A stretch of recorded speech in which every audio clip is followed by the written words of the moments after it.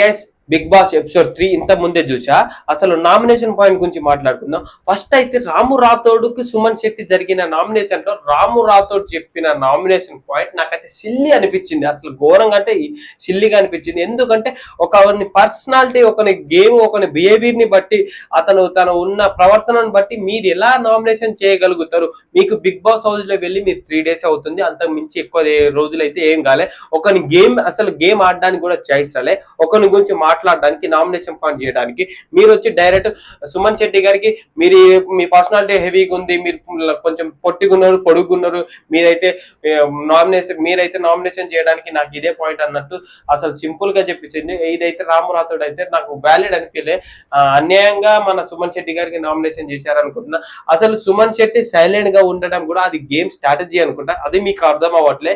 ముందు ముందు తెలుస్తుంది ఎవరి గేమ్ ఎట్లనో.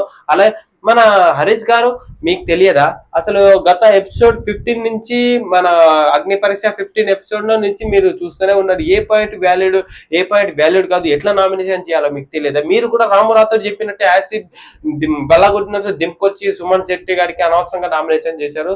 సరే, సంజన గారికి, మన తనుజ గారికి జరిగిన నామినేషన్ పాయింట్లు అయితే నాకైతే సంజన గారికి ఎలా నామినేషన్ చేసినా తప్పు లేదనిపిస్తుంది. ఎందుకంటే తనైతే బాత్రూమ్ విషయంలో షాంపూని పక్కగా పెట్టమని చెప్తే అందరు రూమ్మేట్ తో అందరితో ఆర్గ్యూ చేసి, అసలు అందరిని దగ్గర చేసేసి, నేను నా ఇష్టం వచ్చినట్టు పెడతాను, నేను ఇష్టం వచ్చినట్టు ఉంటా, దీంట్లో తప్పేముందని అందరితో మాట్లాడకుండా బాత్రూమ్ ఇన్ఛార్జ్ కళ్యాణ్ గారు చెప్పినా, అసలు మీరు వినరని చెప్పినా, మీ వల్ల హౌస్ మేట్ అందరికి పనిష్మెంట్ ఇస్తా అని చెప్పినా కూడా తన మాట వినకుండా నా ఇష్టం వచ్చి నేను ఉంటానని చెప్పి బలుపు శకాలతో మాట్లాడింది అనిపించింది. స్క్రీన్ మీద కనిపించాలని ఎక్కువ ఇలాంటి పాయింట్లు అయితే జనాలకు నచ్చదు. ఫస్ట్ వీక్స్ ఎలిమినేషన్ అయ్యే అవకాశాలు ఉంది.